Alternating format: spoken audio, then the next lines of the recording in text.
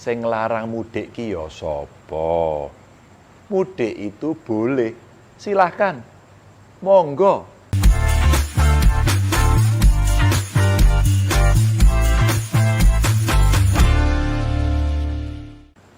Menjelang Lebaran ini, pasti banyak yang merasa jengkel dan sambat. Kenapa? Mudik yang adanya hanya setahun sekali itu kok dilarang lagi. Mungkin jenengan, koncon jenengan, ada yang grundel. Kalau di berita itu kan pemerintah ngakunya penanganan COVID sudah baik, sudah bagus, kasusnya menurun terus. Lah begitu mau Lebaran kok malah mudik dilarang. Padahal kemarin kan sudah ada yang disuntik vaksin sampai 2 kali loh. Lah terus apa sebenarnya faedahnya disuntik vaksin kalau pulang ke rumah saja dibatasi? Ada juga koncon jenengan, ya Masya Allah galaknya minta ampun. Kalau nulis komentar di medsos, peraturan opo kuwi? Kalau yang dikhawatirkan kerumunan dan penularan, lah kenapa tempat wisata dibuka? Kenapa sekolah, kantor, pasar, mal, swalayan, tempat wisata, semuanya kok dibuka? Itu malah jelas-jelas sangat membahayakan dan sumber penularan. Masa yang dilarang kok cuma mudik? Alah, begitulah kalau koncon jenengan itu grundel dan cenderung misuh. Wono sing ngomong bel gedes, kampret, cebong, macam-macam pokoknya. Lah kita sekarang sebelum saya cerita ngunjuk riyin. Kaya kancaku ki lho diseruput.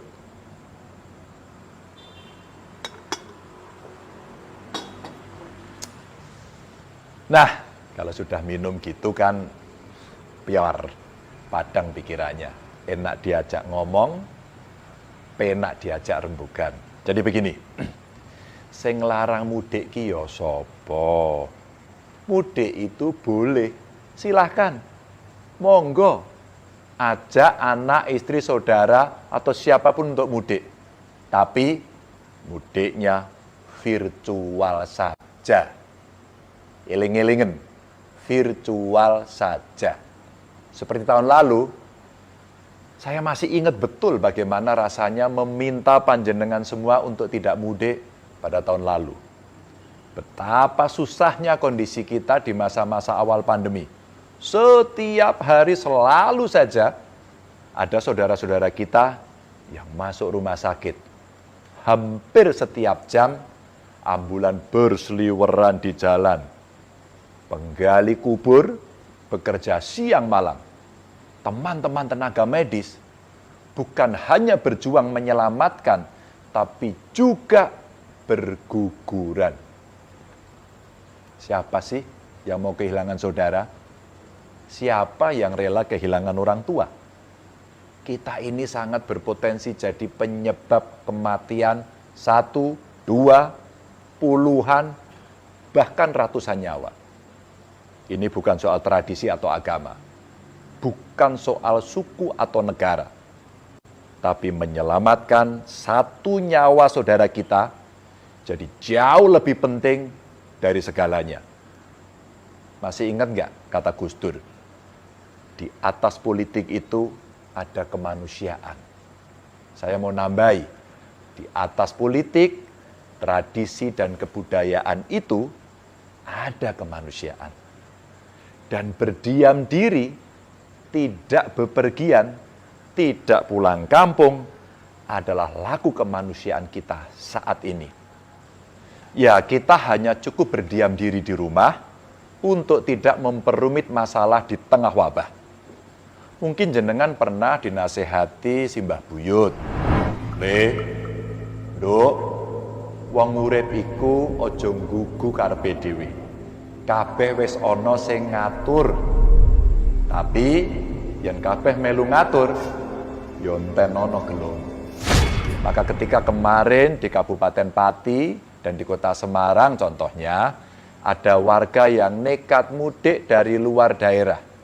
Ya Allah, bukan hanya 1, 2, atau 3 orang yang tertular corona, tapi puluhan orang dan akhirnya satu kampung harus diisolasi.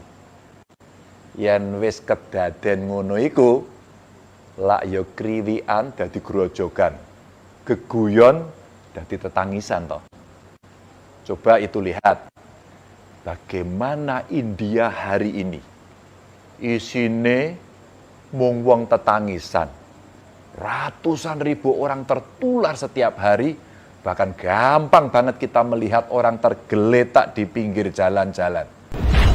Mayat berserakan di tempat pembakaran karena saking banyaknya. Ketatnya peraturan dan kejamnya polisi India ketika operasi ternyata tidak membuat warganya patuh dan takut. Kabeh dong gampangke. Semua meremehkan dan menyepelekan protokol kesehatan. Pakai masker males, kumpul-kumpul dan bepergian semau-maunya.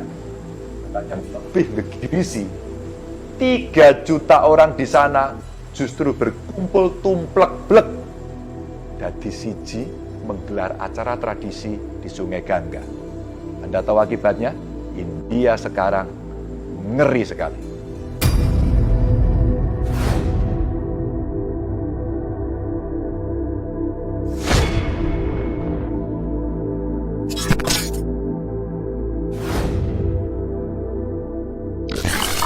Kalau bisa memilih, siapa yang mau memilih pandemi? Maunya kita ya hidup tentrem, aman, sentosa. Bergas waras, wiris, rezeki banyak, halal dan barokah. Tapi kan yang ngatur kehidupan bukan kita. Kita ini kan sak dermo mampir ngombe, disangoni awak, ati lan pikiran. Makanya ayo jogo awake dhewe lan sedulur-sedulur. Gunakan hati lan pikirane. Kita kan sudah tahu apa yang mesti kita perbuat di masa pandemi ini agar semua sehat dan selamat. Kalau hati dan pikiran kita sudah tahu bahwa mudik itu akan menimbulkan kerumunan dan berpotensi sangat besar menularkan corona, ya ayo kita tinggalkan. Godaan untuk menentang pasti ada. Tapi ayo kita lawan biar semua aman. Ini adalah saat yang tepat untuk kita bisa segera keluar dari pandemi. Dibanding awal tahun lalu, kasus penularan di negara kita sudah menurun. Vaksinasi juga terus dipercepat. Jenengan semua juga tidak perlu polisi India untuk tertib protokol kesehatan. Usaha-usaha kita sebenarnya membuat pandemi di negeri ini sudah menuju titik akhir. Nah, ketika titik akhir pandemi sudah di depan mata, masa kita mau berputar lagi atau bahkan berjalan mundur menuju titik awal pandemi? Jangan sampailah rekasan dewe selama ini ambruk justru karena perilaku kita sendiri. Maka Bapak Ibu, sedulur-sedulurku semua, kalau kangen sama yang di rumah, video call saja. Lebaran ini kita sungkem virtual. Kalau mau ngasih THR, langsung wus, transfer. Yang penting, jenengan sehat. Yang paling penting, Bapak Ibu, keluarganya panjenengan semua di kampung, sehat. Kita semua kan sudah saling mengerti. Kahanane memang nembe kaya ngene, pagebluk, ora iso diselak, yo ora iso dipenggak. Jadi, jenengan jangan berprasangka macam-macam tentang larangan mudik ini.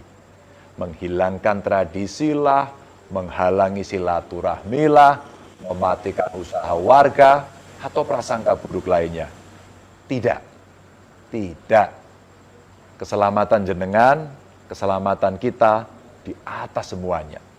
Keputusan ini memang membawa madarat. Tapi itu adalah madarat yang paling ringan dari sekian madarat yang ada. Semoga cukup 2 kali puasa, 2 kali lebaran, kita tidak pulang. Jaga diri panjenengan, baik-baik. Jika keluarga panjenengan di kampung ada masalah, boten usah khawatir. Insya Allah, biar saya yang ngurus. Untuk sedulur-sedulurku, kepala desa, ketua RW dan RT, ayo, jogo tonggo gerak lagi. Pos penjagaan kampungnya dihidupkan lagi. Data setiap pendatang, suhu tubuhnya dicek, semprot dengan disinfektan. Sediakan tempat cuci tangan. Siapapun yang masuk ke kampung kita wajib pakai masker. Sekali lagi, wajib. Tidak ada pendatang atau tamu yang terindikasi.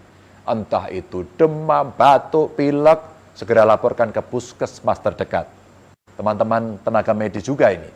Ayo, kencangkan lagi ikat pinggang, kita siaga agar tidak kecolongan. Jika usaha kita bisa terus seperti itu, saya hakul yakin, insya Allah Lebaran tahun depan kita semua bisa kumpul keluarga dengan bahagia. Bapak Ibu yang sangat saya hormati, ngoten nggih?